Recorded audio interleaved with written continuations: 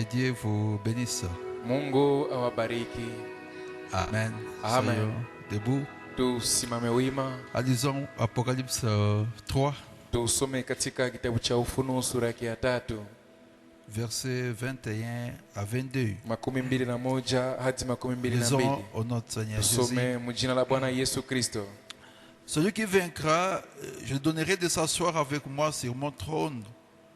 Comme moi aussi j'ai vaincu et je me suis assis avec mon Père sur son trône. Que celui qui a des oreilles écoute ce que l'Esprit dit aux assemblées. Amen. Amen. Yeye ashindaye nitampa kuketi pamoja nami katika kiti changu cha enzi, kama mimi nilivyoshinda nikaketi pamoja na Baba yangu katika kiti chake cha enzi. Yeye aliye na sikio na alisikie neno hili ambalo Roho ayaambia makanisa. Amen. Amen. 1 Pierre 4, Petro wa kwanza sura ya 4, verset 17. 1 Pierre 4, 17. Petro wa kwanza sura ya 4 mstari wa 17. Lisons dans le Seigneur Jésus. Tusome mjina la Bwana Car Yesu. le temps est venu, le temps de commencer le jugement par la maison de Dieu. Amen. Amen. Kwa maana wakati umefika wa hukumu kuanza katika nyumba ya Mungu. Amen. Amen. Amen.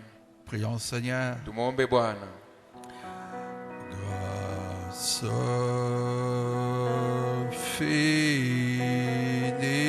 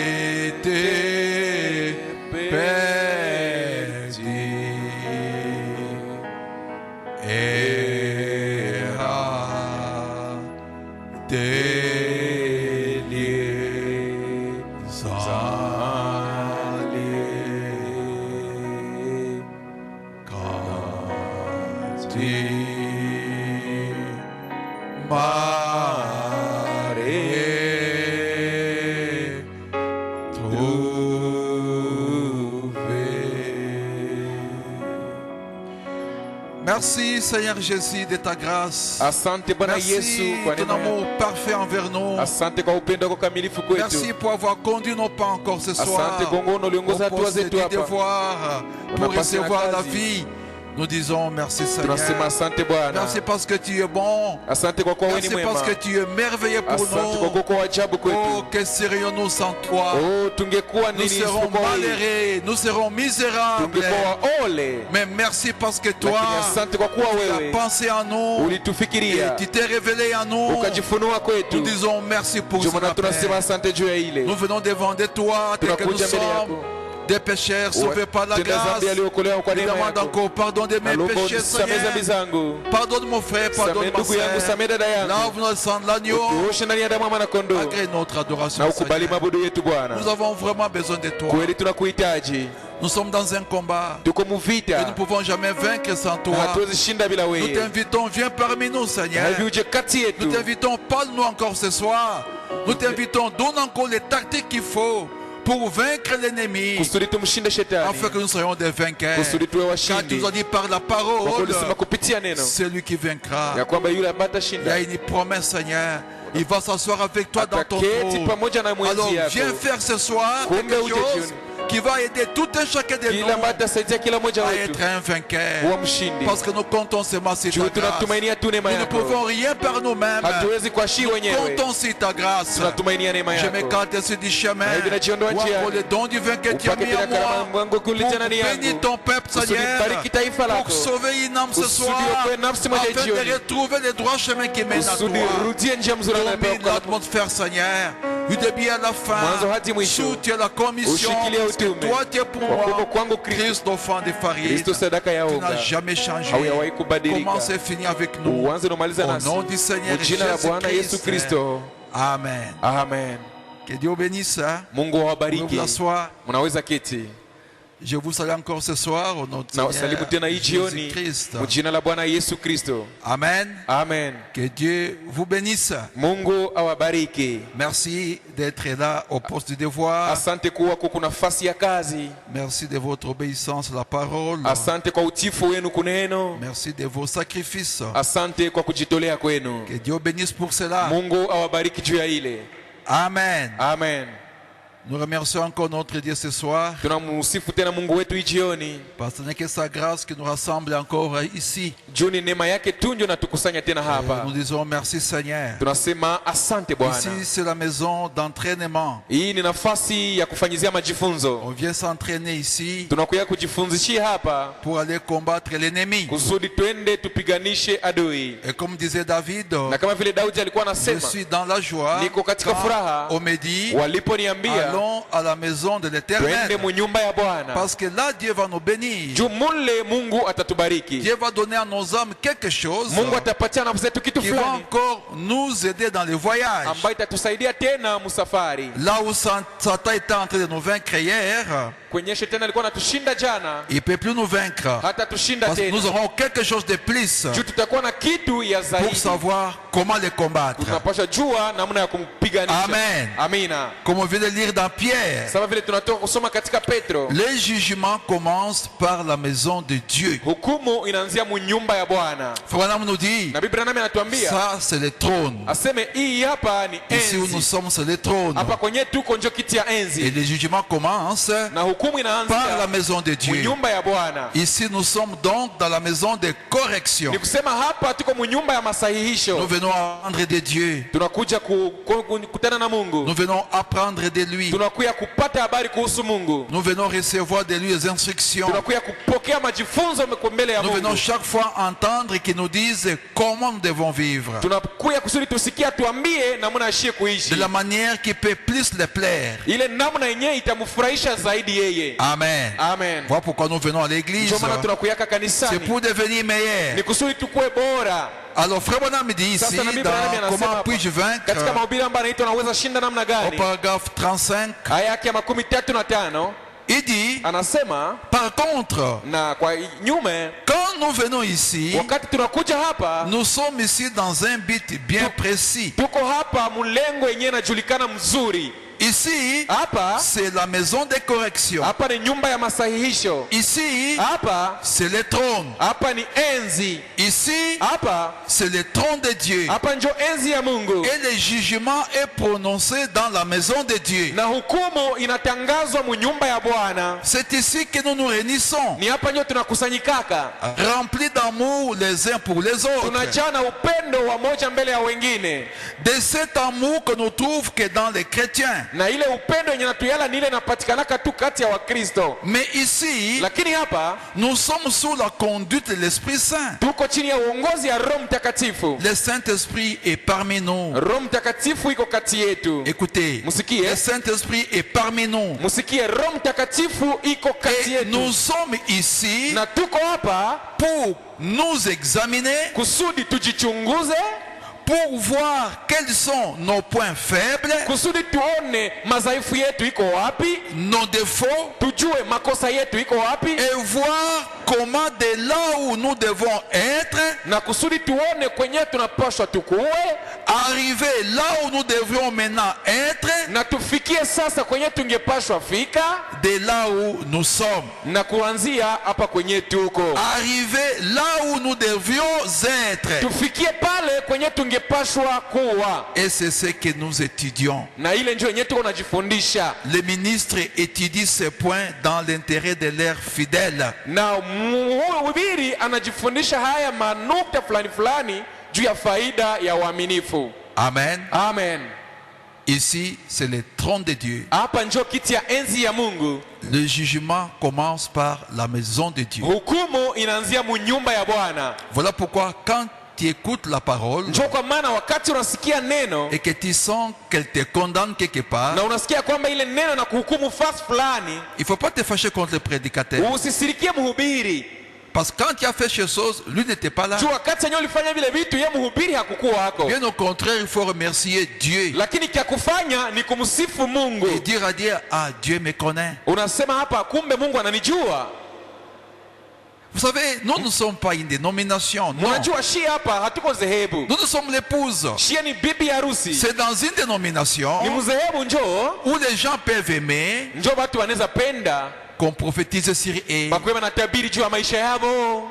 Ah, là, ils sont contents. Pale wanafurahi. Ah, Dieu nous a parlé. Oh, Mungu alisema leo. Dieu m'a parlé. Oh, Roho alinisemesha leo. Parce qu'un don a opéré. Juu alisikia karama fulani inatumika. Les dons, c'est bon. Ile karama ni mzuri. Mais frère Branham dit aussi Lakini na Biblia que anasema Dieu pia parle à son peuple ya kwamba Mungu ananena na taifa directement yake. par la parole. Aseme pale pale kupitia neno. Quand un prédicateur prêche, Wakati yenye mhubiri na il uhubiri prophétise sur nos âmes. iko na tabiri juu ya nafsi zetu. C'est comme ça que vous entendrez quelqu'un dire, Zote asikia mtu anasema, ah, le message de ce soir était pour moi. oh, hii mahubiri ya hii jioni ilikuwa yangu. Vraiment, Dieu a parlé à moi. Kweli Mungu alinisemesha leo. Cette personne est heureuse Ule mtu iko na furaha. parce qu'elle s'identifie à la parole. Yeye kunajitambulisha na neno. C'est comme ça qu'on vient à l'église Ndio vile mtu anakuyaka et c'est comme ça mkanisa. qu'on rentre béni. Na ndio vile mtu anaweza rudia na barikiwa. Il faut jamais se fâcher contre les prédicateurs. Hapana kukuwa nasirikia mhubiri. Parce que s'il est conduit par Dieu, Juu kama anaongozwa na c'est Mungu, Dieu qui lui révèle tes secrets. ni Mungu ndio anamfunulia siri Et zako. il vient te le dire ici. Na anakuja kukwambia siri zako Parce hapa. que ici c'est le trône. Juu hapa ni kiti ya C'est enzi. le trône de jugement. Hapa ni enzi ya Et hukumu. on vient lire dans la Bible Tunatoka kusoma que le Biblia jugement ya kwamba hukumu commence inaanziaka par la maison de Dieu. nyumba ya Nous Bwana. devons être des personnes très heureuses Tunapaswa kuwa watu wenye furaha quand nous sana entendons Dieu nous parler. wakati Mungu anatusemesha. Amen. Amina. Nous devons être très heureux. Tunapaswa kuwa wenye furaha sana. Donc nous sommes conduits par le Ni Saint-Esprit. kusema tunaongozwa na Roho Et Mtakatifu. ici c'est le trône de Dieu. Na hapa ni enzi ya Mungu. Et le jugement commence par le trône, par la maison de Dieu, Na pardon. hukumu inaanziaka mu nyumba ya Et Mungu. quand nous venons ici, Na wakati tunakuya nous venons hapa, ici pour nous examiner, tunakuyaka hapa kusudi tujichunguze. pour voir Kusudi tuone, quels sont nos points faibles. tuone madhaifu yetu yako wapi. Et ça, tu ne peux le voir que lorsque la parole t'est prêchée. Na ile madhaifu utaijua tu ni wakati yenyewe unahubiriwa neno. Parce qu'un chrétien véritable, Juu Mkristo wa quand kweli, la parole est prêchée, wakati neno il unahubiriwa, ne peut pas prendre cette parole hawezi kamata ile et neno l'attribuer à quelqu'un kisha d'autre. aitupia Non. mtu mwingine. Hapana. Ah, il a écouté. Oh, anasikia leo. Ah, mais non. Hapana. Mais cette parole est tienne. Ile neno si ni yako, Elle t'aide pour que inakusaidia tu puisses découvrir kusudi ugundue, quels sont tes points faibles, ujue madhaifu yako ni gani, quels sont tes défauts, ujue makosa yako ni gani, pour que tu puisses voir kusudi uone où tu devais être. wapi kwenye ilikubidi ukuwe. Tu devais être plus haut Ilikubidi ukuwe ukosha kwa yulu dans ta relation avec Dieu. pamoja na mahusiano yako Tu na Mungu. devais être plus haut. Ilibidi ukuwe ulishakuwa Mais tu mbali, te retrouves trop bas. lakini unajikutana ungali chini. Alors tu décides. Sasa unaamua. C'est comme ça que les gens changent. Ndio vile watu wanabadilikaka. C'est comme ça que vous trouverez quelqu'un Ndio pale utaona mtu après une prédication, kisha mahubiri il a l'air d'être abattu. anaonekana saa vile anaregea. Des fois, il a l'air d'être énervé, fâché. Wakati mwingine utaona saa vile anaonekana saa ni wa hasira. Ça arrive aux chrétiens. Binafikiaka Bakristo vitu vya Il n'est vile. pas fâché contre quelqu'un. Hapana kusirikia mtu fulani. Il n'est pas fâché contre quelqu'un. Hasirikia mtu fulani. Fâché contre lui-même. Anajisirikia yeye peke. De voir que ce qui devait être, il ne l'est pas. Kuona gisi angepaswa kuwa lakini hayafikia Pendant pale. qu'il s'appelle chrétien. Na iko najiita Mkristo. Ça lui fait mal. Ile Alors, kumlumiza. il se fâche contre lui-même. Anajisirikia yeye peke. Mais finalement, jusqu'à quand Anasema kumbe hivi ndabitafika mpaka que je lini? vais rester comme ça? Siku mpaka siku gani nabakia hivi? Chaque fois que je viens, on parle de ces choses. Siku yote mimi nakuja wanasema juu ya je ne hii. change pas. Lakini Je sibadiliki. reviens, on parle sur ces choses. Mimi narudilia tena Et vile je ne vitu. change pas. Sibadiliki. Mais finalement, Sasa mwishowe il se fâche contre lui. anajisirikia yeye peke. C'est une attitude positive. Ile ni hali ya mzuri. Et Dieu va t'aider. Na Mungu atakusaidia. C'est un signe que tu n'aimes pas cette vie-là que tu mènes. Ile ni alama ya kwamba haupendi ile maisha yenyewe unaishi ndani. Voilà pourquoi tu les manifestes comme ça. Ndio maana unaionyesha nje vile. Un autre devient affaibli. Mwingine unaona saa vile anaregea, C'est comme si anazofika. on l'a bâti. Inaonekana saa vile walimupiga hata. Un autre ne sait même pas parler. Mwingine hataweza hata kisi ya kusema. D'ailleurs, il ne voudrait même pas rencontrer les gens dehors. Kwanza hata nje angependa kukutana na mtu Il yeyote. veut sortir et rentrer chez lui. Iko napenda toke munkanisa na naenda loke Et kunyumba. là, il peut aller prier à la maison. Kule kunyumba nyo anaenda naomba sasa. Tu es encore pas là, mon âme, ce Oh, soir. Mungu uliongea tena nafsi yangu jioni. Je te demande tous ces jours, ces Kila choses. siku Seigneur. nakulombaka hii kitu. Pourquoi moi, il ne peut pas changer? Jua nini mimi siwezi badilika? Voilà. Ni vile. Là, quand tu vois une telle personne, Wakati ona mtu wa tu vile, peux comprendre. unaweza elewa Celui-ci a compris. huyu alishaelewa huyu. Donc, il prend sa vie avec valeur. Ni kusema iko nakamata maisha yake na samani. Quand la parole est prêchée, Wakati leo il nahubiriwa n'attribue pas à quelqu'un d'autre. haitupiake mtu mwingine, Il hapana. s'en approprie. Anaifanya Et kuwa il yake veut devenir cette parole. Et il veut devenir cette na parole. anapenda kuwa ile neno, Et tant qu'il ne l'est pas, na wakati hayakuwa ile neno il se sent malheureux. anajisikia kuwa Il se ole, sent honteux. anajisikia kuwa haya, Il se sent confus. anajisikia anachanganyikiwa. Pourquoi je vis? Oh, jua nini basi mimi niko naishi S'il y a un enlèvement qui va venir sasa, kama kesho kwa unyakulivu yenye takuya et que moi je ne change pas, na kisha alors, mimi sibadilike, pourquoi je vis? sasa niko naishi juu ya nini? Il y a ceux qui peuvent dire Seigneur, tue-moi alors. Kwa bengine waliambiaka Mungu, Mungu basi kumbe ni uwe Crois au Seigneur, hein? kusikume uonje kwanza Mungu, Tu comprendras ce que je t'ai dit. utaelewa vyenye niko nakwambia. Il y a ceux qui demandent la mort. Kuko beba analombaka kifo, Oh Seigneur, anaambia moi je ne Bwana, peux plus continuer comme ça. mimi siwezi endelea tena hivi. Si tu viens, je vais rester. Kama unapenda naweza bakia, Tu viens, je vais rester. kama ukikuya ndabakia. Pas moi. Unikamate basi unichukue, J'ai honte de moi-même. niko najisikilia haya. Ah, que Dieu nous aide. Oh, Mungu atusaidie. Peu de gens comprennent les messages. Batu bachache tu ndio wanaelewaka ujumbe ni nini. Peu, ils ne sont pas nombreux. Ni badogo sana, habako bamingi, Ça fait pitié. na inaleta huruma. Peu de gens comprennent les messages. Ni batu bachache tu ndio wanaelewaka ujumbe. Tu vois quelqu'un, il vit dans les péchés, Unaona mtu anaishi muzambi mais il est content. lakini anafurahi kisi iko Au lieu d'avoir un regret en lui, pali akuwe na roho ya kujuta ndani yake. il est joyeux, Ulimwona tu loke anafurahi, il parle bien. iko naongea tu mzuri. Un chrétien, Mukristo quand il est dans un péché, wakati yenye alifanya zambi, il est comme quelqu'un anakuwa kasa vile mtu qui a vraiment un grand fardeau, mwenye kuna mzigo kweli ya kabambi, à tel point que même sa manière de parler change munamna hata namna yake ya kuongea inabadilika à cause du regret qu'il y a dans son cœur. juu ya ile kujuta yenye iko nayo mroho yake. Imaginez-vous quelqu'un qui a perdu son père, Wazia kwa mtu mwenye alipoteza baba il a perdu yake, sa mère, anapoteza mama il yake, a perdu son enfant, anapoteza mtoto wake, ou sa maison a brûlé. ama nyumba yake ililungula. Quand tu vas lui parler, Wakati tu taongea penses qu'il naye, va parler comme je parle ici? Non. unaweza utaongea kisi niko naongea hapa, Il va manifester son regret. utaonesha ile hali yako ya huzuni, J'ai perdu. nimepoteza. C'est comme ça un chrétien Ndio vile qui Mkristo se retrouve dans un péché. mwenye anajikutana C'est ça mzambi, son ile attitude. ndio inakuwa hali yake, Il regrette amèrement. anaijuta kwa Parce uchungu. qu'il sait Jua anajua que le salaire du péché, c'est la mort. ya kwamba mshahara ya zambi ni mauti. Alors, il veut rentrer dans une bonne relation avec Dieu. Anapenda arudie mahusiano mzuri na Mungu. Alors, ça les rend nerveux.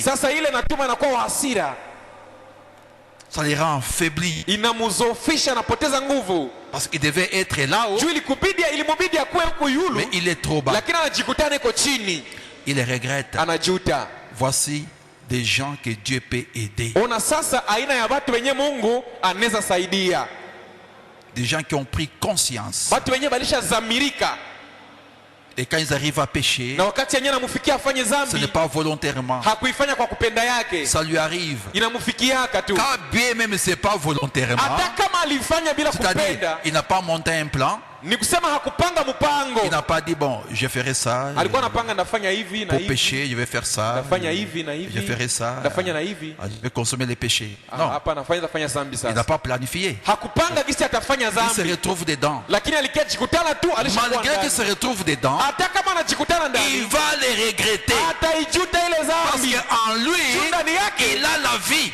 iko na uzima. Amen. Alors, si tu n'es pas comme ça, Sasa kama hauko vile, pose-toi un point d'interrogation. ujiulize alama kubwa ya kuuliza. Si ce n'est pas comme ça, Kama haukwake il a dit vile, n'a jamais commencé. ni kusema hauyaanzaka.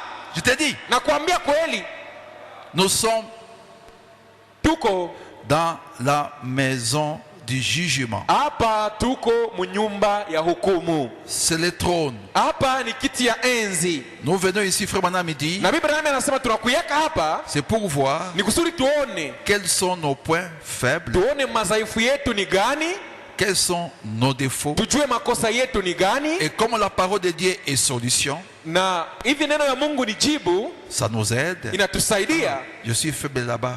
Najua hapa niko mdhaifu, Je dois faire ceci napaswa nifanye hiki pour monter kusudi haut. nipande yulu. Ah, je suis faible en ceci. Niko mdhaifu mwa hiki. Ah, voici mes défauts.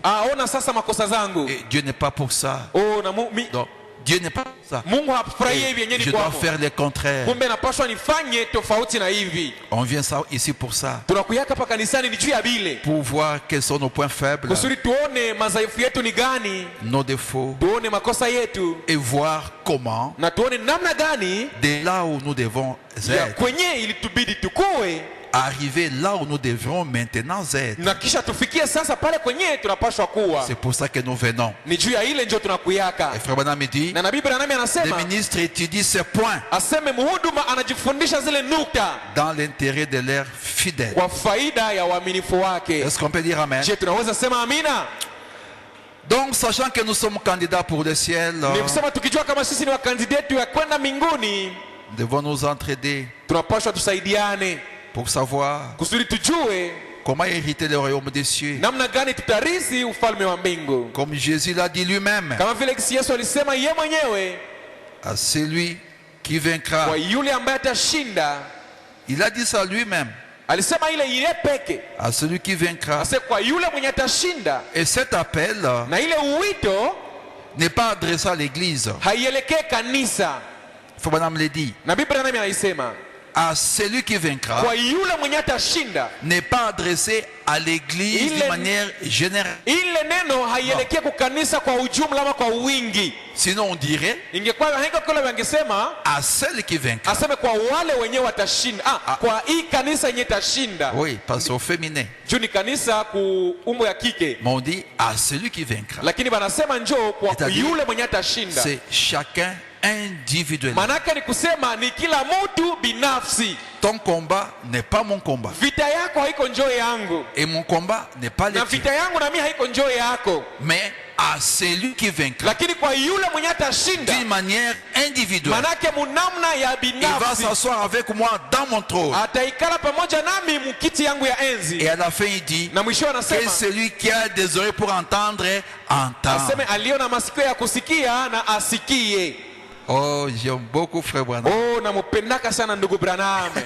On comprend la Bible quand on dit les messages. Tunaelewaka ujumbe Biblia ni kupitia ujumbe. Jésus disait toujours ça. Yesu alikuwa anasema kila wakati Que celui qui a des oreilles pour entendre, yule aliye na masikio ya kusikia entendre. Et asikie. nous avons lu Frère Branham. Na tulisoma ndugu Branham Il nous a dit akatuambia que celui qui a les postes d'écoute. aseme ni yule mwenye iko na nafasi ya kunasia sauti. Vous voyez, Chombo iko na chombo ya kusikilizia.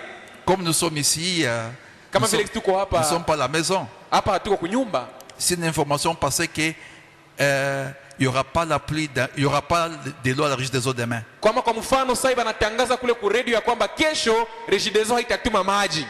Nous tous aussi vont manquer de l'eau. Hapa shibe wenye tuko hapa mu kanisa hatapata maji. On n'a pas les postes d'écoute pour écouter. Juu hatuna ile chombo ya kunasia sauti kusudi tusikie. On n'a pas une radio pour écouter. Hatuna radio yenye tutasikilia yako. N'est-ce pas? Si ni vile. Et c'est comme ça. Na ndio vile. À celui qui a des oreilles, que celui qui a des oreilles entende ce que l'Esprit dit aux assemblées. Yule mwenye kuna masikio asikie kenye roho anaambia Que makanisa. celui qui a la capacité d'écouter ce que l'Esprit dit. Ni kusema ni yule mwenye kuna ile uwezo au shahada ya kusikia vyenye roho anasema. Qu'il entende. Et Asikie celui qui vaincra ya kwamba ule mwenye va s'asseoir atashinda avec moi dans mon ataikala trône. pamoja nami mkiti yangu ya enzi. Or, cette capacité Ijapokuwa ile uwezo d'entendre Dieu parler ya kumsikia Mungu n'est akisema donné que par le Saint-Esprit. inapaniwaka tu ni kupitia Roho Mtakatifu. Comment tu peux être calme dans ta vie, namna gani unaweza kuwa unatulia mu maisha yako sachant que tu n'as pas le Saint-Esprit? ukijua kama haukwake na Roho Mtakatifu? Comment vas-tu entendre ce que l'Esprit dit à l'église? Sasa utasikia namna gani vyenye Roho iko naambia kanisa? Tu peux pas. Hautaweza elewa. On a lu ça quand j'ai prêché, je crois, Tulisoma des kile anges. wakati nilikuwa nahubiri kuhusu wa malaika. Tu peux pas. Hautaweza. Tu n'as pas une capacité d'entendre. Hauna ile uwezo ya kusikia. Tu n'as pas ces postes récepteurs. Hauna ile chombo ya kupokea sauti. Je dirais, tu n'as pas cette radio Ndasema njoo hauna radio qui a cette fréquence ile yenye iko na ile mtandao pour entendre Mendeleo te dire que demain il n'y aura pas de l'eau. usudi usikie maendeleo na kuambia kama kesho Regideso haitatuma maji. Tu n'as pas de radio chez toi. Wewe kwako kunyumba hauna Tu radio. ne vas pas entendre ça. Manake hautasikia ile habari. Tu n'as pas le Saint-Esprit en toi. Hauna Roho Mtakatifu Parce que ndani c'est yako. lui notre enseignant. Tu yeye ndio mwalimu wetu. Il vient, il prêche ici. Anakuja na Il ubiri vient, il hapa croit en na toi. anakuja na amini ndani Il yako vient, il t'explique mieux. na anakuja na kufasiria mzuri zaidi, Tu n'en as pas. lakini we hauna Mais haye. malheureusement, Lakini ya ole tu es la personne la plus calme. we ndio mtu mwanakwaka wa kutulia sana,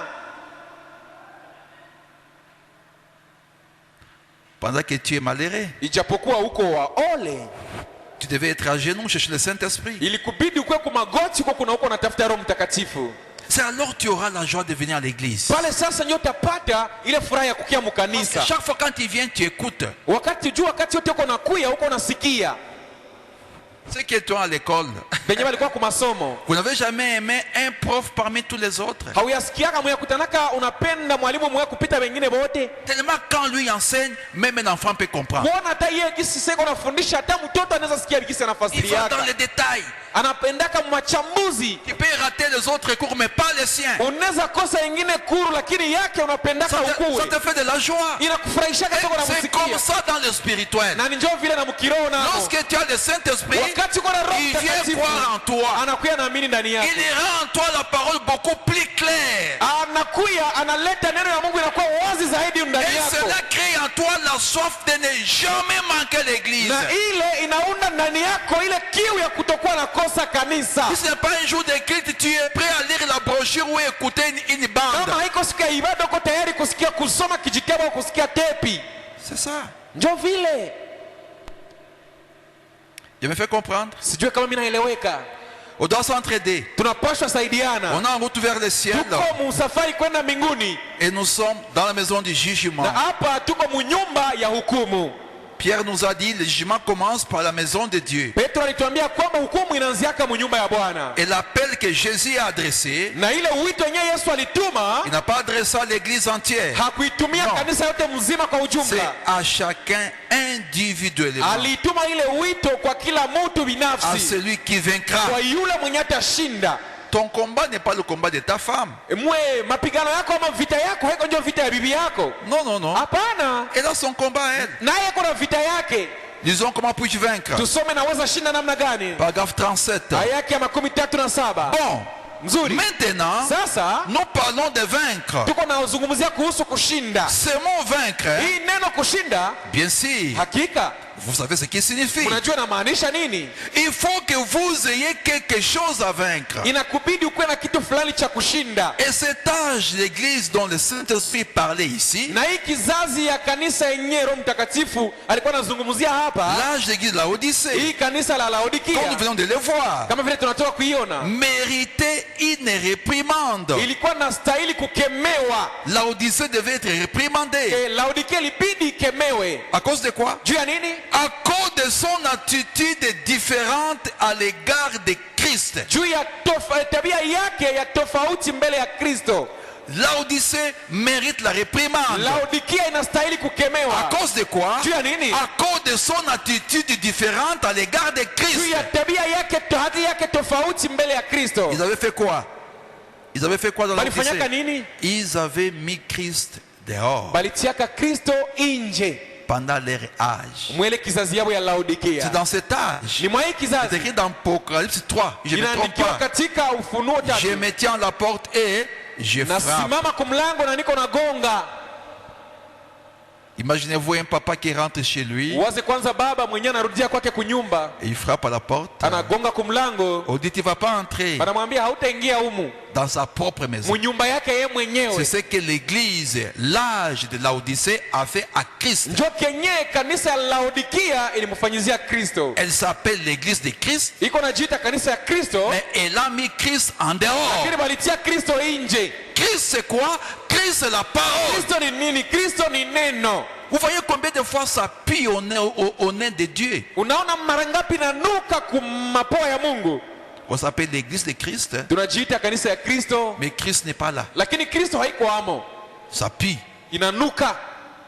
C'est comme ça que Laodicée pue aux narines de Dieu. Njo vile Laodikia kona nuka kumapua ya Mungu. Il s'appelle l'église de Christ, Jua kona jita ya njo kanisa ya et Christ Kristo. est la parole, La Kristo ni neno. mais ils ont rejeté la parole. Lakini walitupilia neno. Ils ont mis la parole en dehors de leur église. Balitia neno nje ya kanisa yao. Ils ont des dogmes, Bako na ils ont mapokeo. des credos, Bako na ils ont ce qui mafundisho n'est yao. pas la parole. Lakini bako na bienye haiko neno.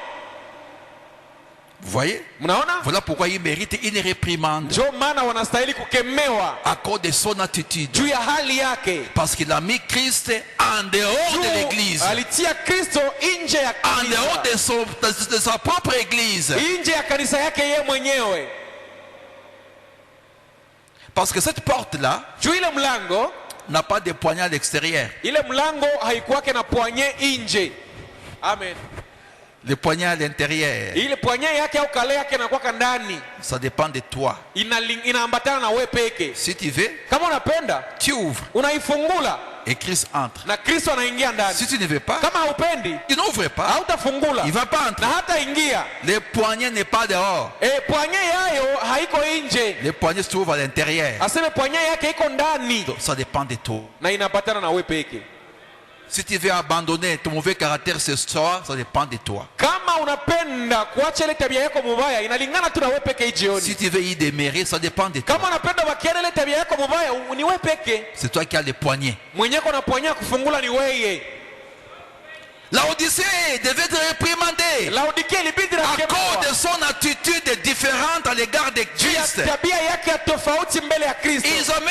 Ils avaient mis Christ dehors Walitiaka Kristo nje pendant leur âge. wakati ya kizazi yao. Et Christ était à Na l'extérieur, Kristo alikuwa nje cherchant à revenir à l'intérieur. akitafuta jinsi ya kuingia tena ndani. Voilà ce qu'est l'amour. Muone sasa upendo ni nini. Après avoir été expulsé de sa propre maison, Kisha kufukuzwa nje ya nyumba yake mwenyewe, il essayait d'y entrer de nouveau. alikuwa anajaribu tena kurudia ndani, Et il disait, na alikuwa anasema celui qui ouvrira la porte, yule mwenye atafungula mlango j'entrerai chez lui. naingia nyumbani kwake. Voyez, Mnaona l'église elle-même, hein, kanisa hiyo yenyewe, en bloc, hiyo kanisa hiyo yenyewe l'avait expulsé. ilimfukuzaka.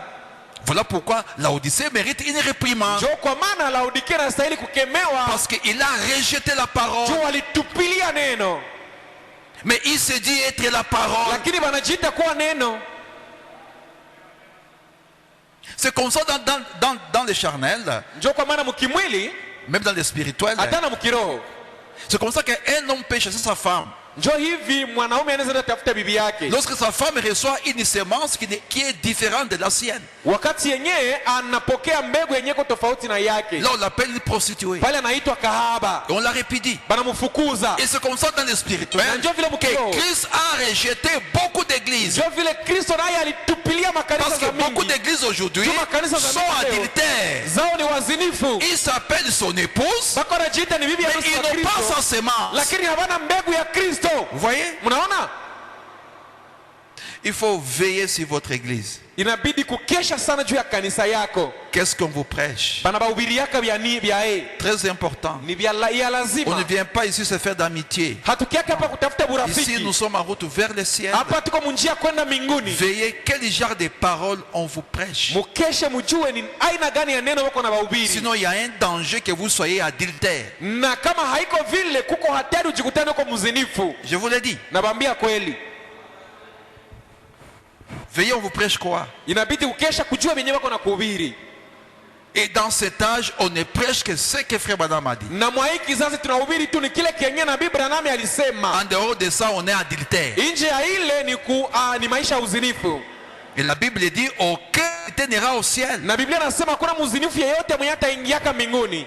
C'est pour ça que frère Branham me dit un pasteur ne doit jamais s'écarter de cette parole. Hapashwe enda mbali na hii neno. Parce que Dieu nourrit la bergerie par les pasteurs. Mungu analisha zizi kupitia mchungaji. En tout cas, moi, si tout le monde veut partir, je vais prêcher au poteau.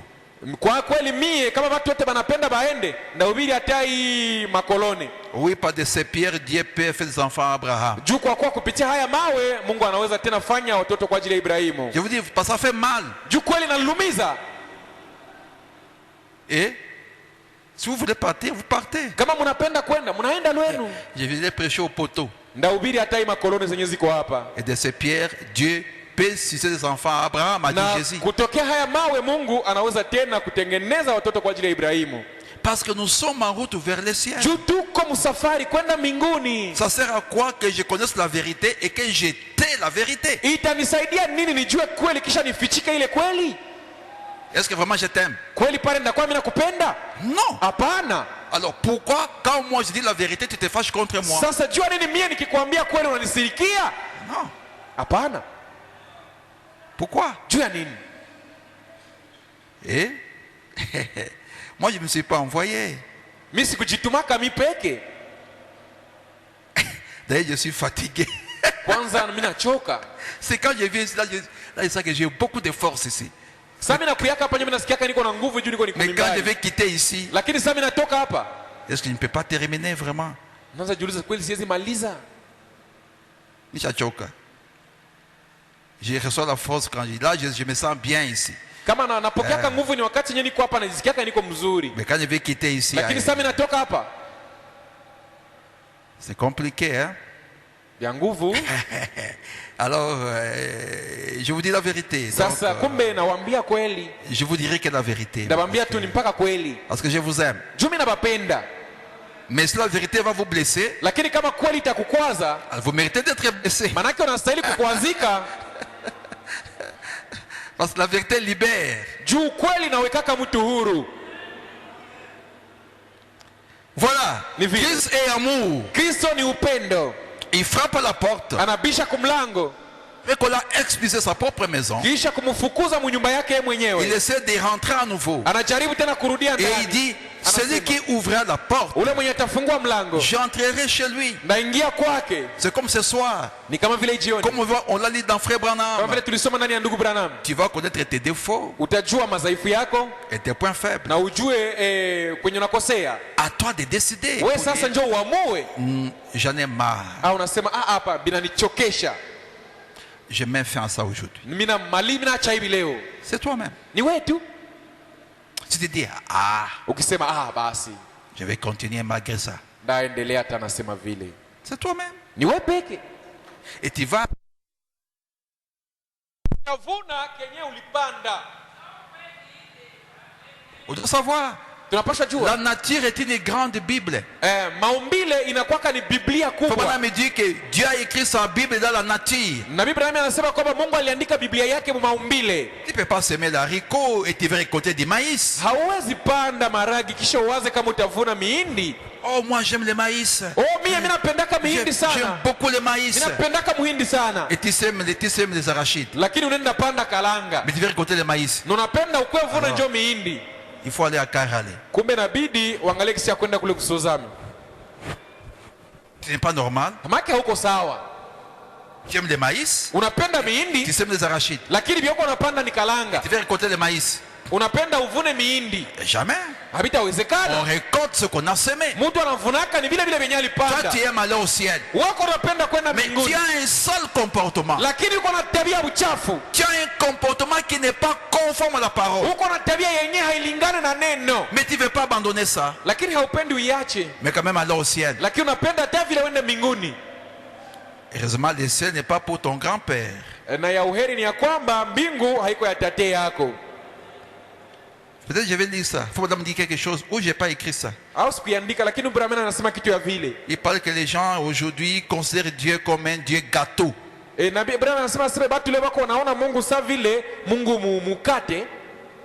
Regardez les enfants qui ont grandi chez les grands-parents. Ce sont des enfants gâtés. Si tu prends les fois, on va dire non, ne les tape pas. Ukikamata fimbo, hapana kumupiga. Ah bon? Ah, ndio vile. On envoie les enfants en recherche des grands-parents.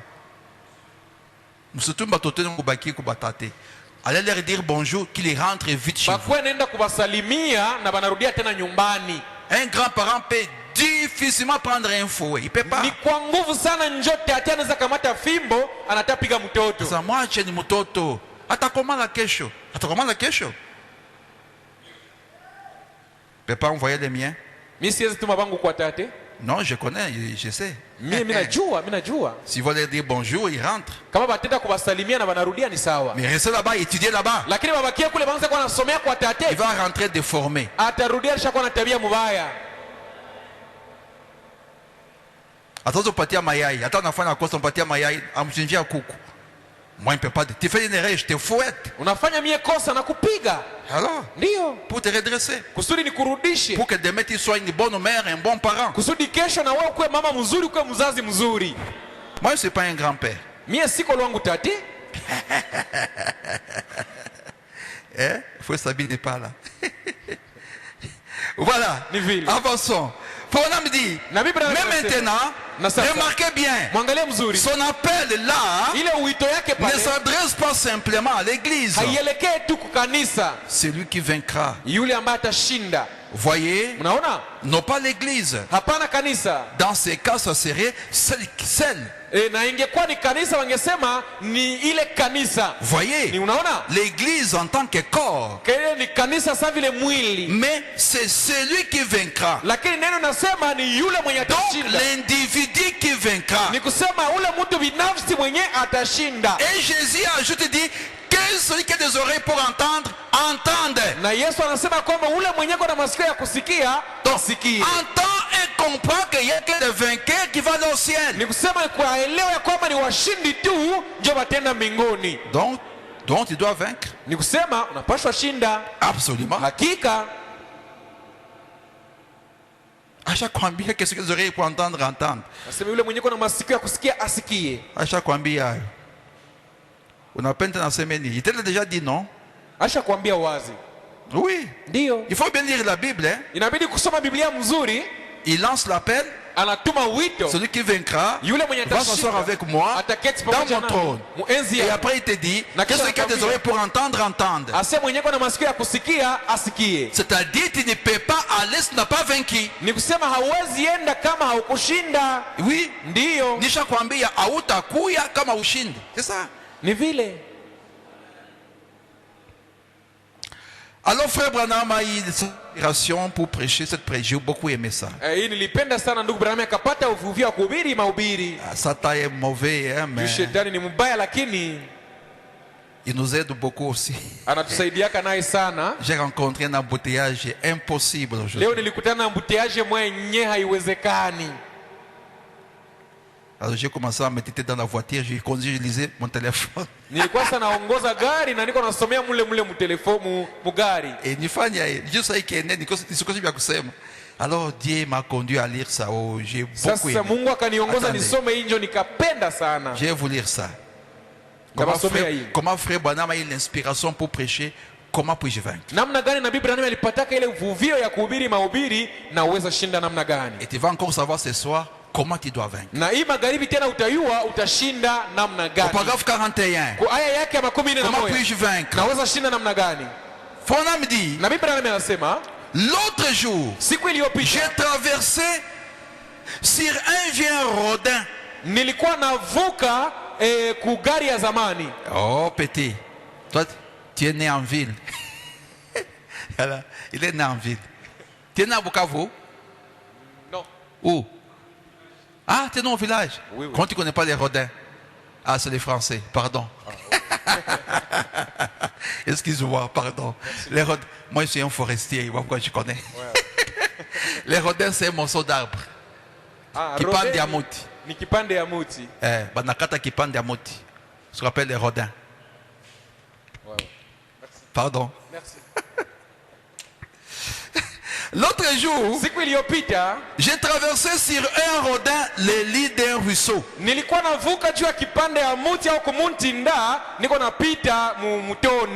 Vous n'avez jamais vu les enfants aller jouer à la rousise avec... Hamonake watoto wanda chezea kuruzizi wanabeba muntinda. Franck, tu avais joué à ça? Frank ulipitaka? Non. Tu n'as pas joué à ça? Tu ne te souviens pas? Ah, pardon, je retire ça. Les rodins, les enfants, ils prennent un morceau de bois. C'est comme un morceau de bananier. Ils se mettent dessus. Ils essaient de nager. Ils peuvent traverser une rivière avec ça. Les enfants de la ville. Ils connaissent que les robinets. C'est un morceau de bois avec lequel on peut nager. On traverse une rivière. Alors frère Branham a eu cette inspiration à partir de ça.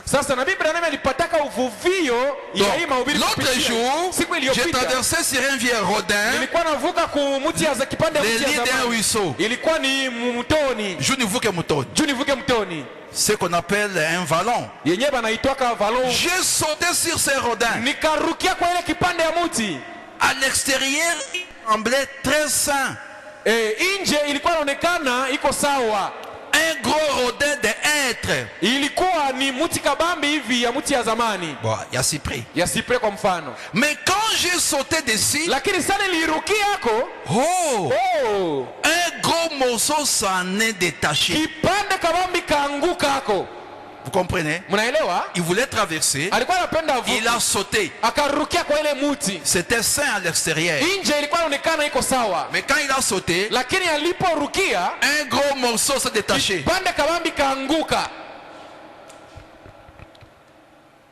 Il était vraiment pourri et ramolli. J'ai dit, voilà ce que deviennent les chrétiens. Ils sont morts par leurs péchés et par leurs offenses depuis si longtemps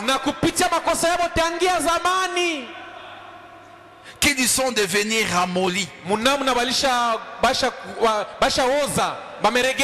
ne peuvent supporter aucun poids.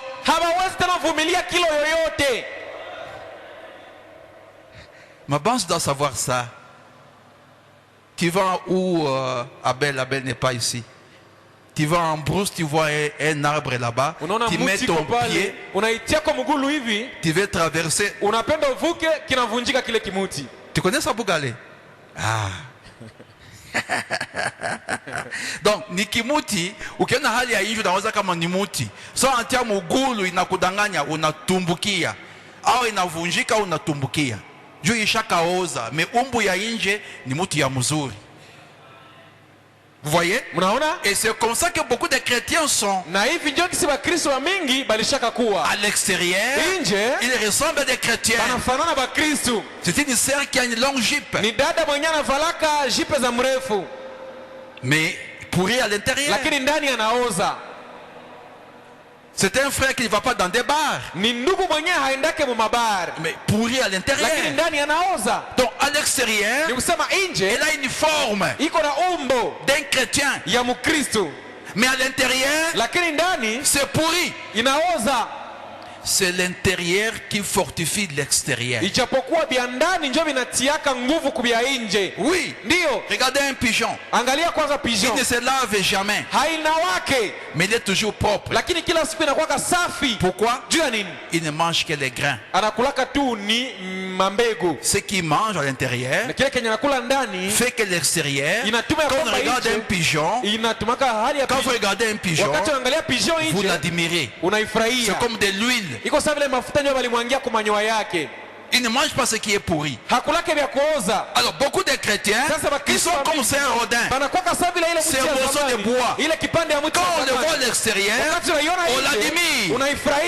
Mais quand on monte dessus, il se casse. Il ne peut pas supporter un poids. Il ne peut pas supporter une épreuve.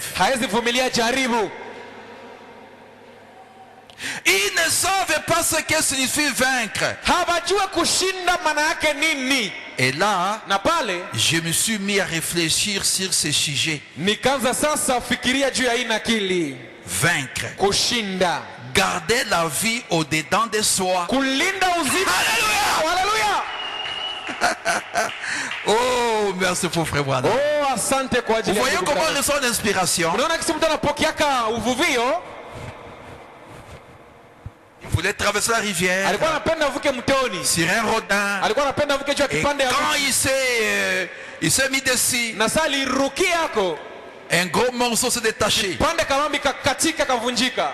Il dit, Akasema, voilà ce que deviennent les chrétiens. ona kisi wa Kristo walishaka kufa. Ils sont morts par leurs péchés Bashaka kufa kwa zambi zao et par leurs offenses. na kupitia makosa zao. Depuis si longtemps qu'ils sont devenus ramollis. Na nitangia zamani mnamna walishaka regea. Comment tu peux vaincre Sasa utashinda namna gani? quand tu as un péché en toi? Wakati yenyewe ndani yako kuna dhambi. Tu peux pas. Hautaweza.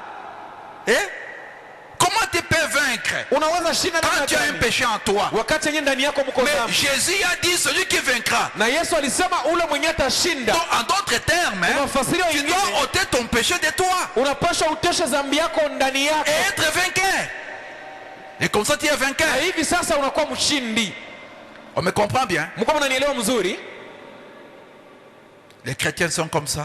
Bakristo ndio kisi banakuwaka vile. Comme ces rodins. Kama vile ile kipande ya mti. À l'extérieur, ils sont chrétiens. Nje ni Bakristo. À l'intérieur, pourris. Ndani manaoza. Ils ne peuvent pas supporter aucun poids. Hawawezi vumilia kilo yoyote. Ces rodins n'ont pas supporté le poids de frère Branham. Na ile kipande ya mti haikuvumiliaka kilo ya Il ndugu s'est Branham. corrompu. Ikavunjika. Frère Branham me dit, Na Biblia ils inasema ne savent pas ce que signifie vaincre. hawajua kushinda maana yake nini. Il ne peut pas supporter un poids. Hawezi vumilia kilo yoyote. Et là, Na pale je me suis mis à réfléchir sur ce sujet. nikaanza fikiria juu ya hii nakili. Vaincre. Kushinda. Garder la vie au-dedans de soi. Kulinda uzima ndani yako. Gloire. Utukufu. Donc vaincre, Ni kusema c'est kushinda. garder la vie au-dedans de toi. Kulinda uzima ndani yako. Amen. Amen. C'est garder la parole au-dedans de Ni toi. kulinda neno ibakie ndani yako. Pourquoi cet arbre est devenu ramolli? Juu ya nini hii mti ilikuwa isharegea hivi? Quand on l'appelle le rodin, Hivi wanaitwa kipande ya mti, il n'est plus un arbre. maanake haienei tena mti mzima, On l'a coupé. bali ikataka. Donc il n'y a plus de vie en Ni lui. kusema mwa ile kipande hamuna tena uzima.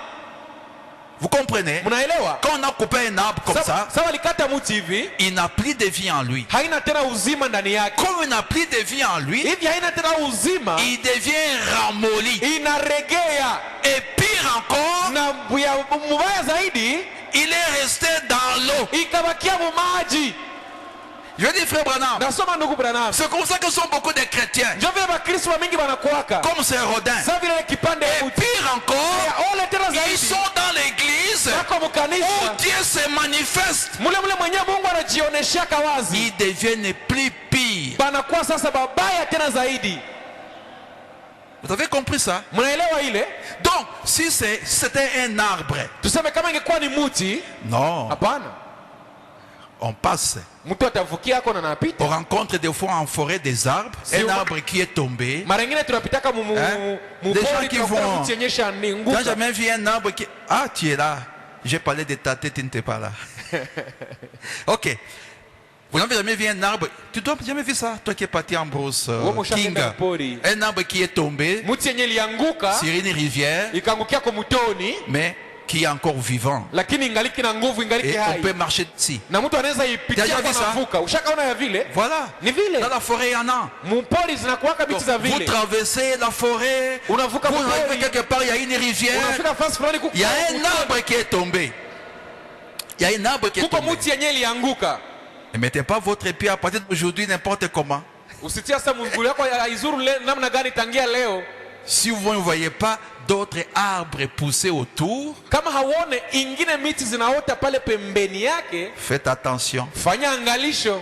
Prenez un long arbre à côté, Kamata mti ya mrefu pembeni, commencez à tapoter comme ça. piga kwanza kwa hiyo usikilize kama Pour ingali na voir, nguvu. ça va s'enfoncer ou pas. Kusudi usikie kama ile mti nyoko na piga itazama mule ile kimuti wala haitaingia.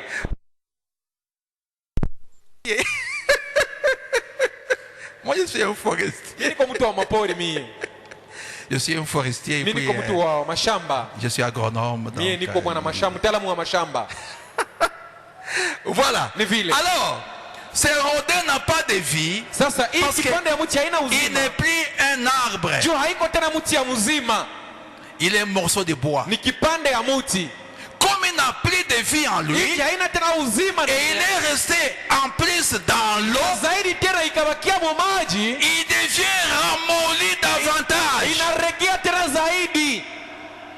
Et tout chrétien qui n'a pas de vie de Christ en lui, Na kila Mkristo mwenye hana maisha ya il Kristo ndani yake, devient ramolli. anaregea. Il ne sait pas ce que c'est vaincre. Hajue kushinda njo nini. Gloire. Utukufu. Quelqu'un compris? Kwa mtu anaelewa?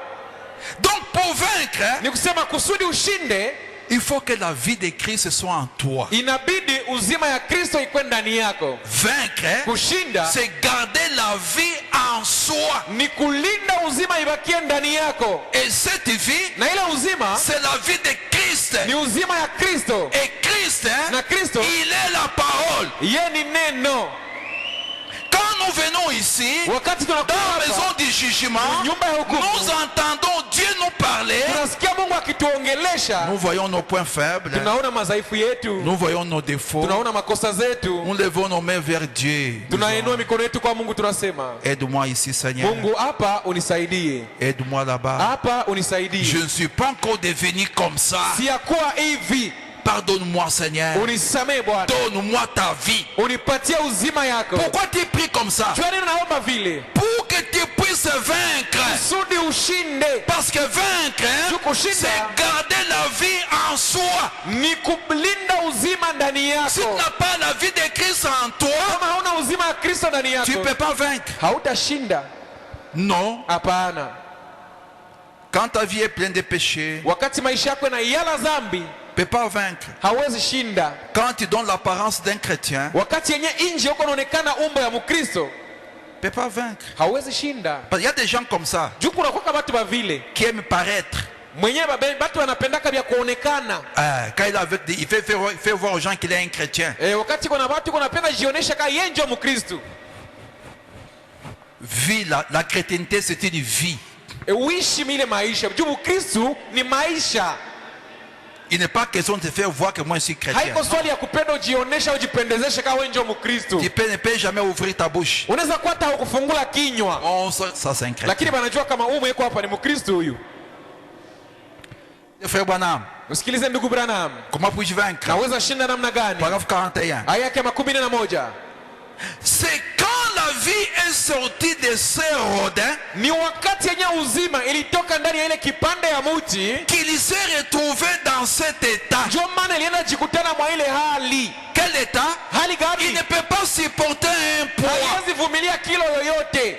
Frère Branham est monté dessus. Na Bibi Branham akapanda yule, Traverser la rivière, ikavuke ça mtoni, s'est brisé. ikavunjika. Pourquoi? Juu ya Il nini? n'y avait plus de vie en lui. Hakukuwa tena uzima ndani Il yake. ne sait pas ce que vaincre. Haijue kushinda njoo Il ne peut nini. pas supporter un poids. Haiwezi vumilia kilo C'est comme yoyote. ça que sont beaucoup de chrétiens. Na vile ndio Wakristo wa mingi bako Ils n'ont pas de vie en eux. habana uzima ndani yao, Voilà pourquoi ils ne peuvent pas vaincre. ndio maana hawawezi shinda. Voyez? Naona Et pire encore, na ya mbaya tena zaidi, quand il est resté là, alilibakia pale dans ce ruisseau mwenye ile mto où il y avait de l'eau. mwenye mlikuwa mamaji. Et maintenant, Na sasa prenez un chrétien, kamata basi Mkristo, quelqu'un qui est censé être un chrétien, mtu mwenye anapaswa kuwa Mkristo, que la vie de Dieu se retire de lui na kisha uzima ya Mungu itoke ndani yake, et l'expérience, na mazoea, la joie de servir Christ, ile furaha ya kumtumikia Kristo, alors qu'il vit dans une église où ces choses sont présentes. wakati yenyeko naishi mkanisa yenye hivi vitu viko amo, Eh bien, hebu il pourrit 2 fois plus vite. anaoza haraka mara mbili. C'est vrai. Ni kweli, Du fait qu'il vit au milieu de tout cela. ni kuona iko naishi katikati ya vile vyote, lakini hana tena uzima yeye. On peut dire amen. Unaweza sema amina? Vous voyez combien c'est dangereux? Mnaona ni mara ngapi ni ya hatari? Non, ça c'est très dangereux ça. Hii si ni hatari sana hii. Ne soyez pas amis du message. Msikwake marafiki wa ujumbe. C'est très dangereux. Tu vas devenir pire. Utakuwa mbaya zaidi. Tu vas pourrir des fois. Utaoza mara mbili. Parce que tu vis au milieu où ces choses de Dieu se manifestent. C'est comme ces rodins qui vivent dans l'eau. Il pourrit davantage. Il n'a pas de vie en lui. C'est comme quelqu'un qui vient ici. Il se fait ami du message. Tu vas pourrir plus vite. Je reprends frère Branham. Maintenant prenez un chrétien. Quelqu'un qui est censé être un chrétien. Que la vie de Dieu se retire de lui. Et l'expérience se retire de lui. La joie de servir Christ se retire de lui. Alors qu'il vit dans une église où ces choses sont présentes, eh bien, il pourrit 2 fois plus vite. Frère Branham me dit c'est vrai. Du fait qu'il vit au milieu de tout cela. Donc, si nous essayons de nous conformer au message de l'air, du moins à cette partie du message, nous devrions vivre constamment dans la vie de Christ. On peut dire amen. Comment puis-je vaincre? C'est vivre constamment dans la vie de Christ. C'est avoir la vie de Christ en moi. Et là je peux vaincre. Gloire. Je reprends. Donc si nous essayons de nous conformer au message de l'air, du moins à cette partie du message, nous devrons vivre constamment dans la vie de Christ. Voyez? Parce que sinon vous traînez là et vous savez que les choses que vous êtes censé faire, vous ne les faites pas. La Bible dit, celui qui sait faire ce qui est bien et qui ne le fait pas commet un péché. Alors vous devenez ramolli, pourri, quand vous êtes détaché de la vie de Dieu. Efforcez-vous donc de tout votre être de rester dans la vie de Christ.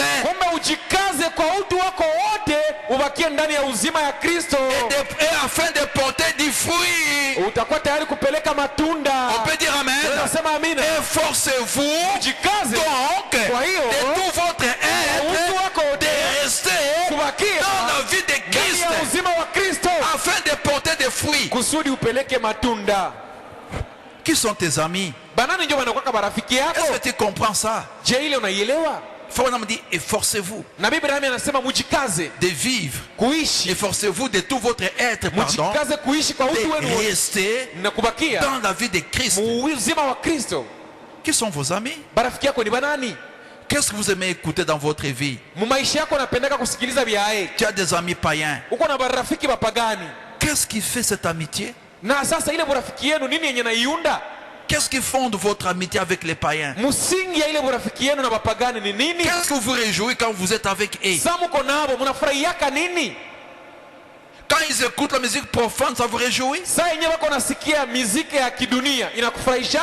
Quand ils draguent des filles, ça vous réjouit? Quelle est la profondeur qu'il y a en toi et qu'il y a en eux? Pendant que tu es appelé à vaincre, et pour vaincre, nous devons nous efforcer à faire quoi?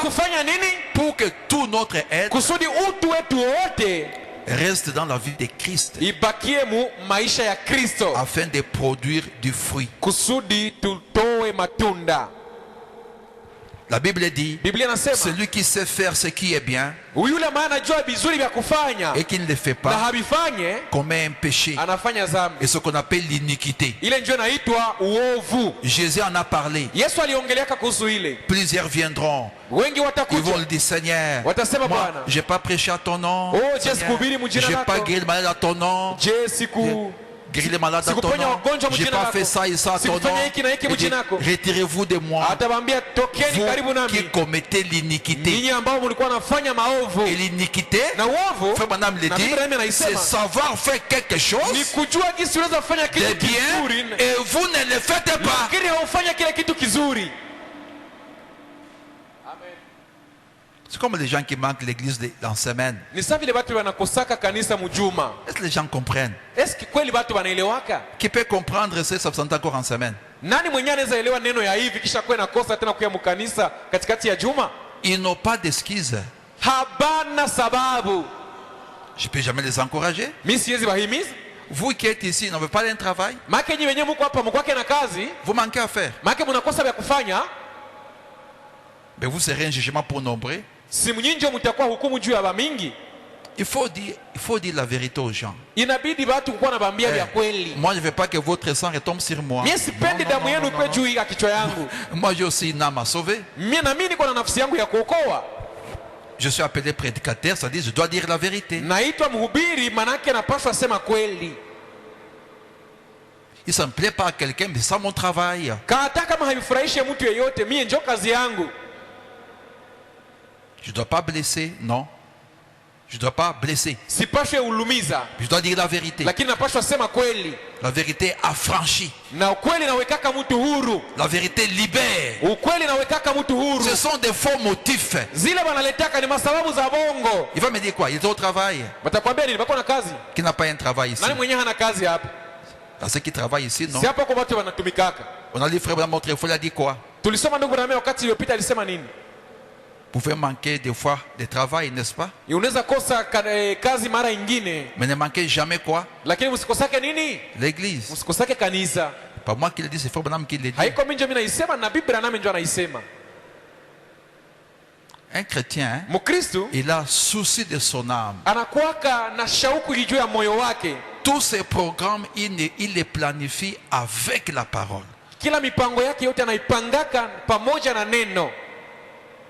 Non, moi je ne suis pas chef, je suis subalterne. Oh, mie kukazi siko mkubwa, mimi nakuwaka na mimi na bakubwa. Oui, tu as des genoux. Ndio huko siko na magoti. Tu peux expérimenter ton Dieu. Si unaweza tia Mungu mazoea pale. Tu peux dire, je vais prier. Utaweza sema ndaomba. J'irai parler au chef. Kisha nenda ongea na bwana mkubwa wa kazi. De me laisser seulement 2 jours la semaine. Aniachie tu siku mbili kati ya juma. De quitter avant. Niko natoka mbele. Et je vais demander, je peux rester quitter tard les autres jours. Na ndeza mwambia kama akipenda ndeza kuwa nachelewa nitoke nyuma siku zingine. Prie comme ça. Omba vile. Va voir ton chef. Kisha uende muone bwana mkubwa wako wa Et tu kazi. sauras que tu as Dieu. Na utajua kama uko na Mungu. Mais c'est comme ça qu'on grandit. Si vinyo mtu anakomalaka. Et mais où chasser maintenant à Yozekane, chef à Yozitikata. Alors comment tu auras la victoire? Ata itika. Je sais pas comment itika. Il ne peut pas accepter. Parce que tu es toi-même négatif. Wewe peke kwanza uko naona njoo ngamo mbaya. Mais je voulais témoigner d'une sœur ici, non? Sinipatiaka ushuhuda dada moja hapa. Qui ne voulait pas avoir 0. Mwenye hakukuwa anapenda apate sufuri kwa Et qui ne masomo. voulait pas manquer Na l'église. hakukuwa anapenda pia akose kanisa. Mais il a prié. Akaomba. Est-ce que le prof est venu? Je ile siku mwalimu alikuyaka? Il n'est pas venu. Hakukuyaka. Voilà. Njoo Il vile. pense qu'une comme celle-là, demain, il a une épreuve, il va tomber. Unaweza Jamais. kama vile kesho akipata Jamais. jaribu ataanguka hapana. Il va dire, je t'ai appelé l'autre fois Atasema Mungu ile siku nilikuitaka et tu m'as aidé. ukanijibia, Tu ne peux pas venir aujourd'hui. leo hawezi nisaidia tena. C'est comme ça qu'on grandit. Njoo hivi mtu anakomalaka. Amen. C'est comme ça qu'on grandit. Njoo hivi mtu anakomalaka. Celui qui vaincra. Yule mwenye atashinda. Chacun a son épreuve. Kila mtu iko na jaribu yake. Elle c'était avoir un 0 à l'école. Yeye jaribu yake ilikuwa ni kupata sufuri kwa masomo. S'il manquait l'interro, Angekosaka kufanya ile mtihani ya ile siku. toi c'est manquer le salaire. Wewe kwa mfano ni kukosa mshahara. Si tu manques le travail, Ukikosa kazi, mais tu as des genoux. si uko na magoti. As-tu déjà même pensé que tu peux prier pour ça? Je, wewe hata siku moja ushakataa waza kama unaweza ombea ile hali? Ce qu'on dit ici, ceux qui ne sont pas ici, comment ils vont l'écouter? Sasa hivi eti tunasema hapa benye habakukia leo batabisikia namna Peut-être gani? qu'ils ne vont même pas écouter ce télégramme. Inawezekana hata kutelegrame kusimu habatasikia. Il va rentrer, il est fatigué. Atarudia lwake ashajichokea. Il va manger, il dort. Anakula, anasinzia. Et demain, le même rythme continue. Kesho tena analamukia kukazi anaenda tena. Il viendra dimanche. Kisikia Jumapili ndio mtamuona anakuya. Il va rester rabougri. Atabakia mfupi hivi. Ce sont des gens comme ça qui nous retardent. Na watu wa vile ndio wanatukawishaka bale. Il faut faire attention. Inabidi kufanya angalisho. Dieu est terrible. Hein? Mungu ni Mungu wa ajabu. Faut madame le dire. Hein? Na Biblia nami anaisema. Si tu fais un péché, tu es un enfant de Dieu. Uko unafanya dhambi kwa mtoto wa Mungu. Dieu fait quoi? Mungu anafanya nini? Qui connaît ce que Dieu fait? Nani mnajua venye Mungu anafanyaka? Il te retire prématurément. Anakuondoa tu kwa ghafla. Anakuvuna mbele ya wakati. Anakuchukua kwa ghafla. C'est la parole. Si neno. Vous devez connaître la parole. Munapaswa mjue neno. C'est alors que vous serez des vainqueurs. Pale ndio mtakuwa sasa washindi. Peut-être on va lire dimanche. Inawezekana tutasoma siku ya Jumapili. Comment puis-je vaincre? Naweza shinda Tu namna dois gani? connaître la parole. Unapaswa kujua Qu'est-ce que neno. la parole dit? Neno inasema nini? Et si tu le fais, Na kama unaifanya, tu seras vainqueur. utakuwa mshindi. Vous voyez? Naona? Je réponds ceci. Donc, si nous essayons de nous conformer au message de l'ère, kama tunajaribu kujilinganisha na ujumbe ya wakati, du moins à cette partie du message, ama kujiambatanisha na hii sehemu ya ujumbe, nous vivre constamment dans la vie de Christ. tungepashwa ishi kila wakati mu maisha ya Si Kristo. on essaie de se conformer, Kama tunajaribu kujiambatanisha, alors nous devons vivre constamment dans la vie de Christ. kumbe tunapashwa ishi basi kila siku mu maisha ya Kristo. Je ne peux pas dire ça. Hii sipashwe sema hivi, Je ne peux pas regarder ça. siwezi angalia hii, Je ne peux pas aller là-bas. siwezi enda fast fulani. Tu essaies de vivre constamment dans la vie de Christ. Unajaribu kuishi kila wakati uzima wa Kristo. Tu passes beaucoup de temps avec des chrétiens. Uko unapitisha wakati yako ya mingi pamoja na Wakristo. Vous parlez de la parole. Unaongea kuhusu neno. Vous parlez d'expérience. Unaongea kuhusu mazoea ya Kikristo. Comment Dieu vous visite. Unaongea jinsi Mungu Comment Dieu anawatembelea. vous parle. Mungu anaongea kama Comment Dieu gani? vous conduit. Mungu anaongozaka mtu Ça namna gani? fortifie les peuples. Na ile inatia taifa nguvu. Même ceux qui sont faibles deviennent Kwa forts. mwenye alikuwa mdhaifu na anajisikia anakuwa na nguvu. Et Ndio. ceux qui s'assemblent et se ressemblent. Benye banakusanyisha banakutanikaka pamoja, banakuwa banafanana. Oui. Ndio. Ceux qui s'assemblent et se ressemblent. Benye banakutananaka pamoja, banafanananaka. Hata kufanana utamuhimiza. Awe asikiaka, oh si Dieu peut me faire comme tel frère. Oh, Mungu angenifanya sana ndugu fulani. Oh cette sœur là. Oh, ule dada ule. Si Dieu peut me faire comme cette sœur Kama Mungu là. angenifanya sana ule dada. Pourquoi? Juu ya nini? Aisha musogelea, Aisha musikia harufu ya Mungu. Ikamuletea wivu. Oh, fais-moi comme cette sœur, Seigneur. Fais-moi comme cette Ulifanya sœur. sana vile ule dada. Fais-moi comme ce frère. Ulifanya sana vile ule ndugu. Que je peux aimer d'être comme lui. Mwenye mara ngapi pendeza penda na mimi nikuwe saa yeye. Ceux qui s'assemblent se ressemblent. Benye banafanana, benye banafanana banakutanikaka pamoja. Voyez? Mnaona? Parce que si, non, vous traînez là, Juu kama unakawia pale et que vous savez que les choses que vous faites, vous êtes censé faire, vous ne les faites pas. na unajua kwamba vitu vyenye ilibidi ufanye hauko unavifanya. La Bible le dit, Biblia celui qui inasema, sait faire ce qui est bien mwenye anajua kizuri kia et qui ne kufanya le fait pas comme un péché, na haifanye anatenda dhambi. alors vous devenez ramolli, Sasa pale unaregea, pourri, unaoza. quand vous êtes détaché de la vie de Dieu. Wakati yenyewe unaondoleshwa kwa uzima wa Kristo. Efforcez-vous donc de tout votre être de rester dans la vie de Christ Kumbe ujikaze kwa uti wako wote kubakia maisha ya Kristo afin de porter du fruit. kusudi uchukue matunda. Est-ce qu'on peut dire amen? Je, tunaweza sema amina? Il y a beaucoup de combats, les amis. Vita ni za mingi barafiki. On ne peut jamais vaincre sans la parole. Mtu hawezi shinda bila neno. Que Dieu bénisse. Mungu awabariki. Voilà. Ni vile On va l'adorer, tutamwabudu implorer sa grâce, na tuombe neema yake. dire à Dieu Tumwambie Mungu que sa vie demeure en nous. ya kwamba uzima wake ibakie ndani yetu. Parce que quand sa vie est en nous, Juu wakati yenyewe uzima yake iko ndani yetu, nous allons vaincre. tutashinda. On ne va jamais pourrir. Hatutaoza.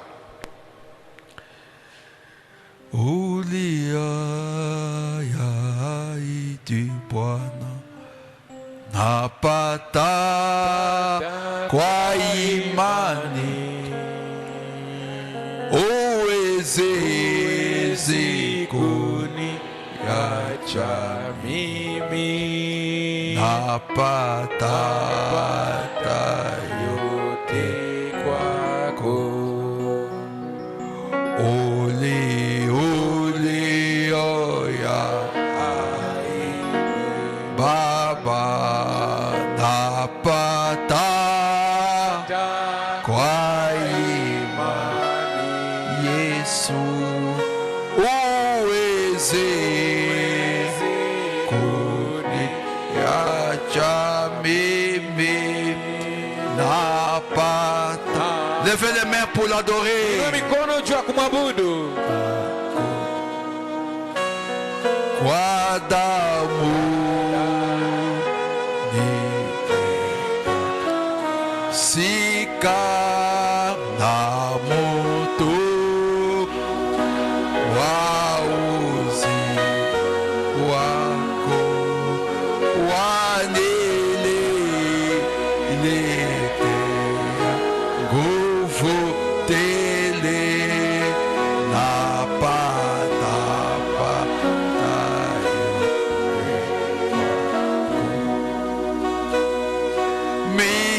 minana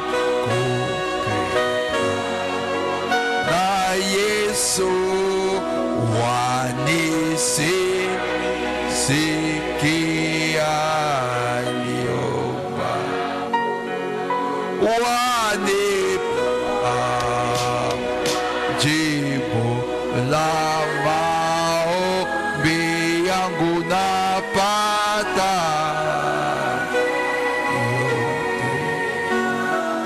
Chacun va prier. Dis au Seigneur, Bwana, tu m'as appelé à vaincre. niita nishinde. Je ne peux pas vaincre sans ta vie en moi.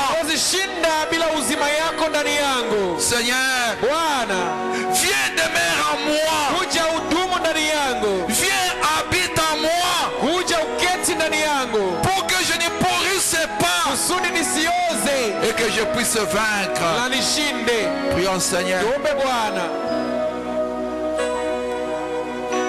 Mina kupenda Bwana Yesu, wanisi sikia niombapo, wanipa jibu la maombi yangu, napata yote kwako.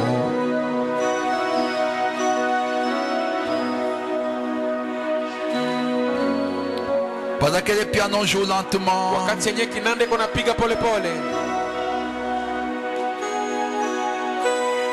je vais prier. Nataka kuomba. Si tu veux qu'on se souvienne de toi, Kama unapenda ukumbukwe, lève ta main inua mkono wako. et crois dans ton cœur. Na amini moyoni mwako. Dieu notre Père Céleste, Mungu Baba yetu liye mbinguni, merci pour cette soirée. asante kwa hii jioni. Oh, tes voies sont insondables. Njia zako namna gani hazina. Certes, tu fais concourir toutes choses au bien de ceux qui Kila t'aiment. kitu kwa wema wanao. Merci Seigneur. Asante Bwana.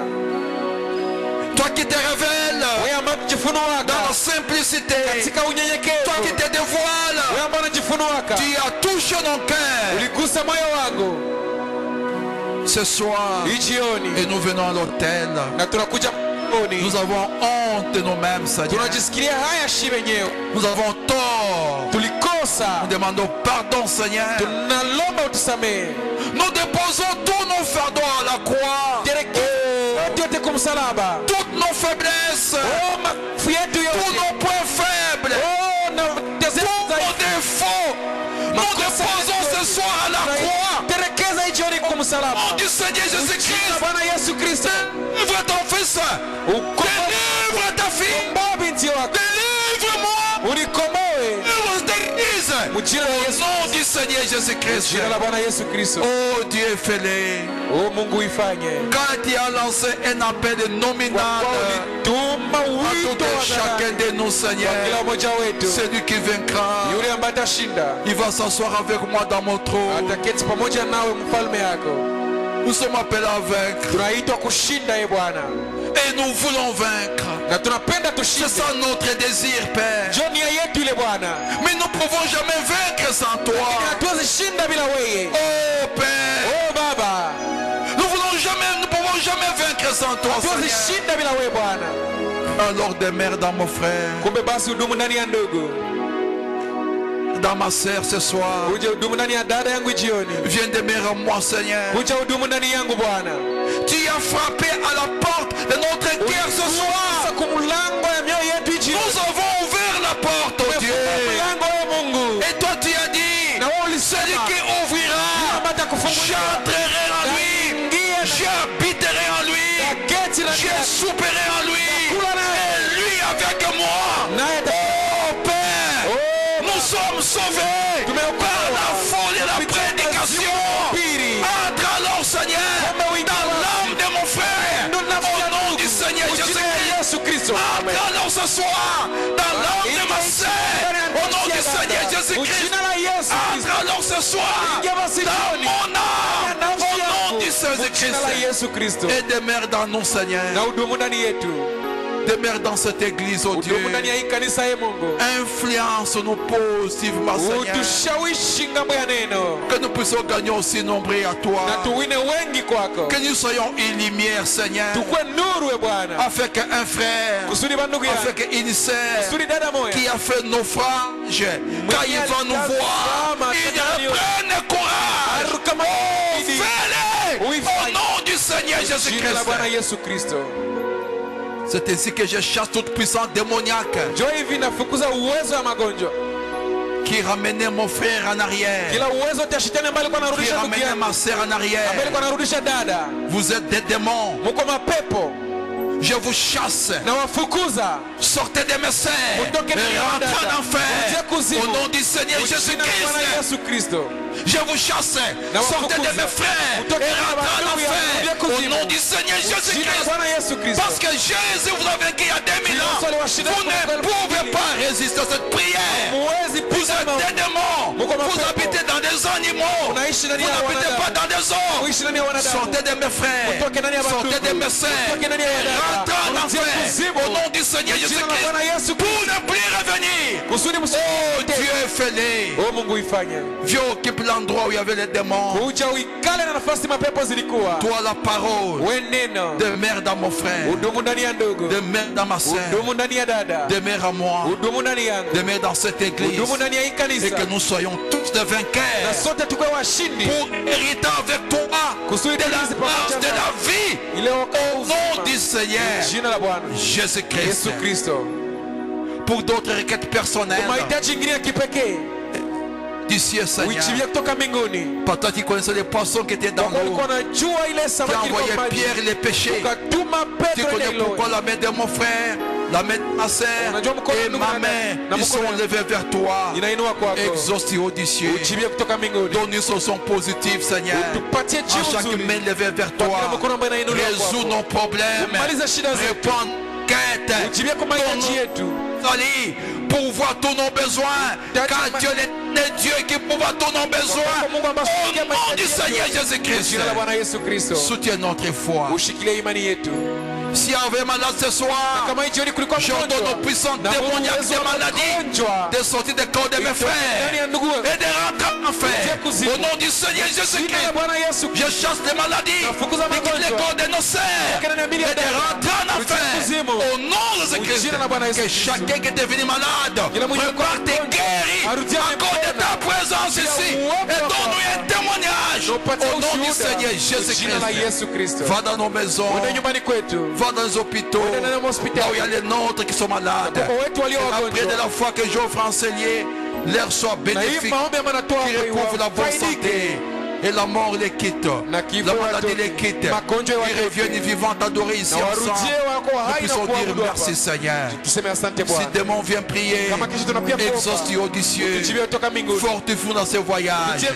Et si dimanche est pour nous, prépare un gâteau pour nos âmes. Pendant qu'on va rentrer sur nos toits, conduis nos pas Seigneur. Fais arriver tout et chacun de nous en bonne santé, vivant sous son toit. Ton nom sera glorifié. Et la nuit il veille sur nous. La colonne de feu nous protège. Nos familles, nos biens, tout ce qui est nôtre soit sous ta divine sécurité. Et les jours, la nuit devant nous protéger. Avec tous nos biens nous sécurise. Que les plans du diable contre nous, contre cette église, échouent au nom du Seigneur Jésus-Christ. Oh, sois béni, sois adoré, d'être en éternité. Comment ne pas dire merci Jésus? Qui est Dieu comme toi? Tu es l'incomparable Jésus. Avant toi, il n'y a point de Dieu. Après toi, il n'y aura jamais de Dieu. Nous disons merci pour tout. Sois béni, sois adoré. D'être en éternité. Sois glorifié. À l'agneau immolé avant la fondation du monde. Au nom du Seigneur Jésus-Christ. Amen. Amen. Que Dieu vous bénisse. Que Dieu vous comble. Alléluia. Alléluia. Est-ce qu'on asante Bwana? Oh, merci Seigneur. Oh, asante Bwana Yesu. Ça est ton frère. Ndugu yako na dada yako. Que Dieu te bénisse. Mwambie Mungu akubariki.